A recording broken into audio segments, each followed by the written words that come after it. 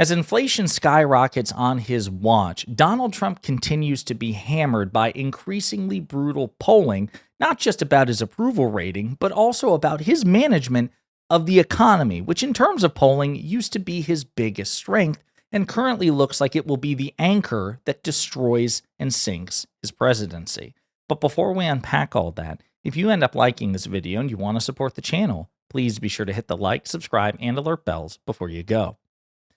All right, friends, one of my favorite, most entertaining people to break down polls, even polls that really suck to hear about, which this is not one. This is good polling. You're going to be happy about this. But one of the most entertaining conveyors of polling is Harry Enton from CNN. I believe he used to work with 538 along with Nate Silver. He now works for CNN. Here's him breaking down some really bad polling for Trump, particularly with regards to his economic management.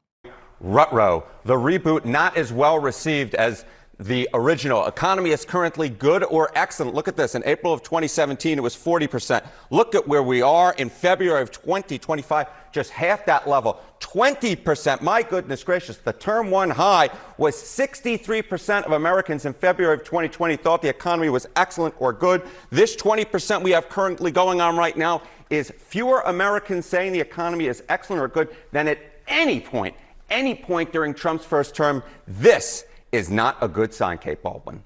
J.D. Vance said last week, you got to give them time, even though that's not what they promised in the campaign. They said they bring prices down day one. But what is the view of the future economy then? Yeah, so this is the current economy. How about the future economy? Is the economy getting worse or better? And all I can say is yikes. Yikes. Again, compare it to where we were in the first term at this point, April of 2017, 53%. The majority said it was getting better. How about now in February of 2025? The majority say it's getting worse. 59% compared to just 35% who say it's getting better. Worse is higher now than at any point in Trump's first term pre-COVID. This number, to me, is much more worrisome. Perhaps the worst number I've seen for Trump on the economy, because it says even if the economy now isn't great, they also project that it's only going to get worse from here. This is a big yikes. And fold in inflation, just like general views on inflation. Yeah, okay. So I think the question is, what's exactly cooking here? What is going on? You know, there's this whole idea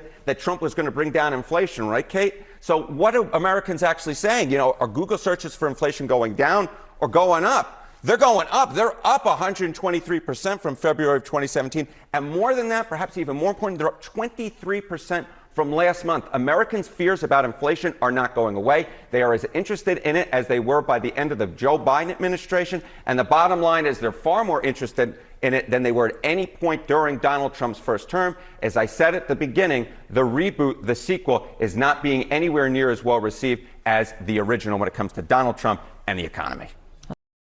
Ouch!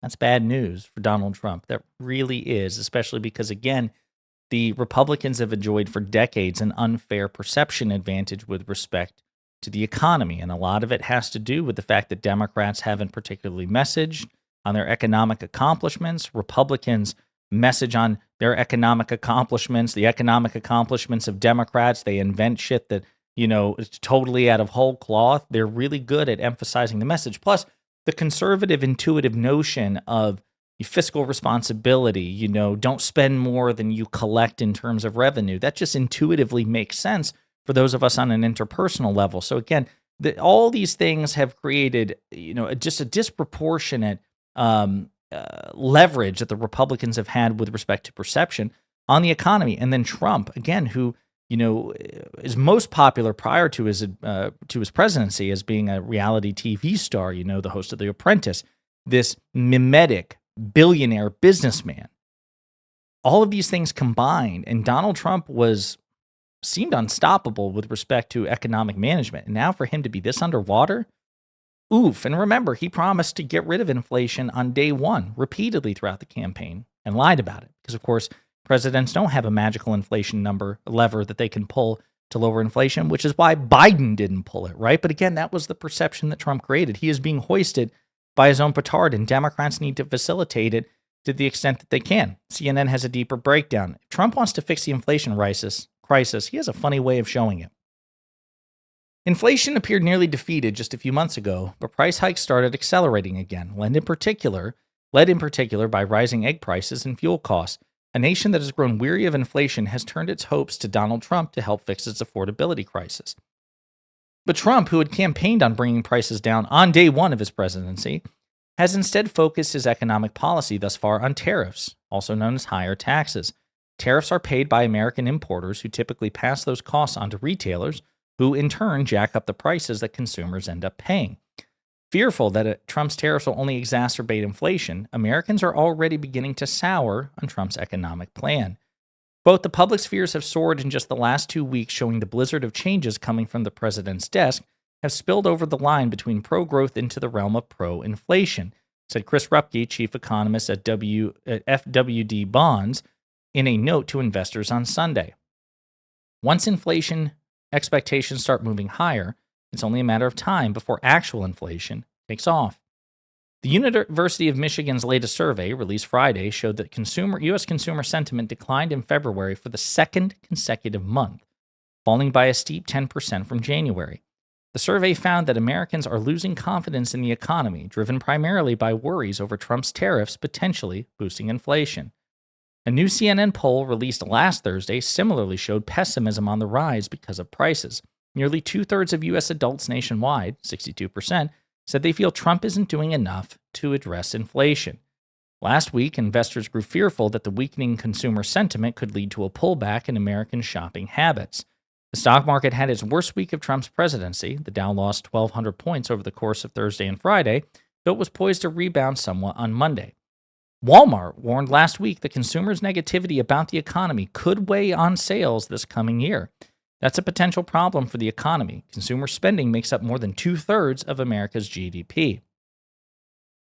Trump can't shoulder much, if any, of the blame for inflation, not just yet anyway. The most recent consumer inflation report showed prices rose 0.5% last month compared to December, the fastest monthly increase since August 2023.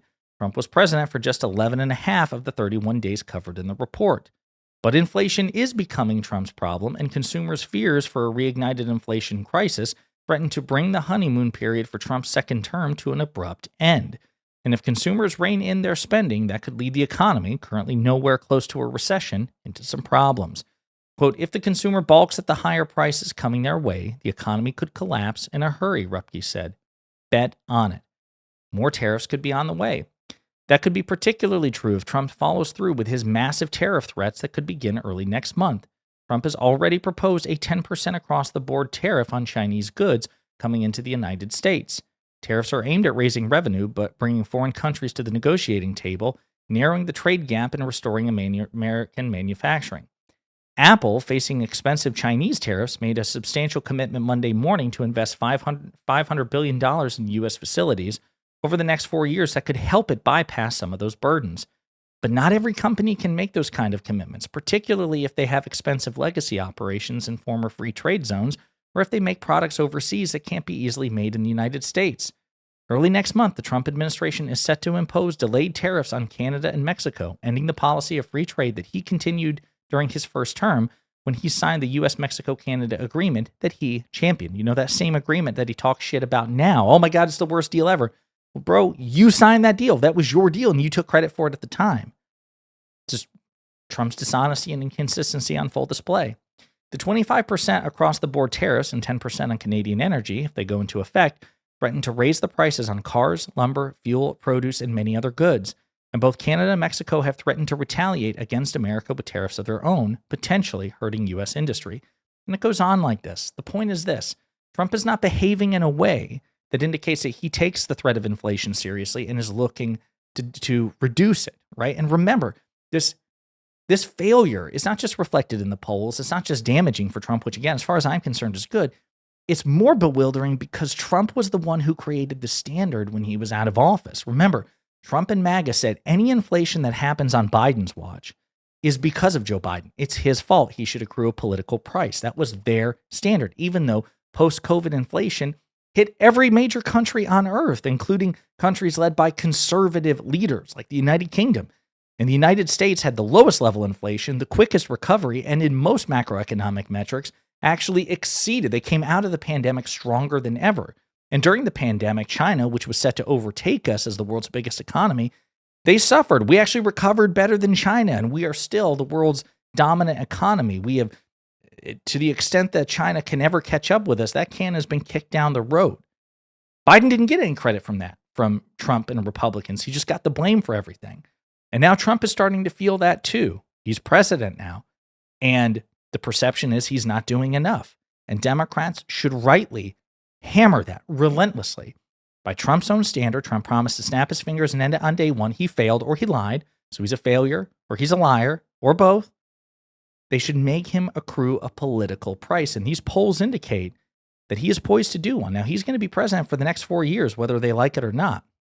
Because there's nothing Trump can do. Nothing that Trump can do that would make Republicans impeach and convict him. He could shoot someone on Fifth Avenue and not be impeached for it. We just know that this is how cultish the elected Republicans have become. But his party could lose big in a midterm blowout. And hopefully that's precisely what will happen. But the only way it will happen is if, in part, Democrats continue to relentlessly hammer the Trump administration's failures, because facts, of course, do not speak for themselves. In the meantime, let me know what you think in the comments.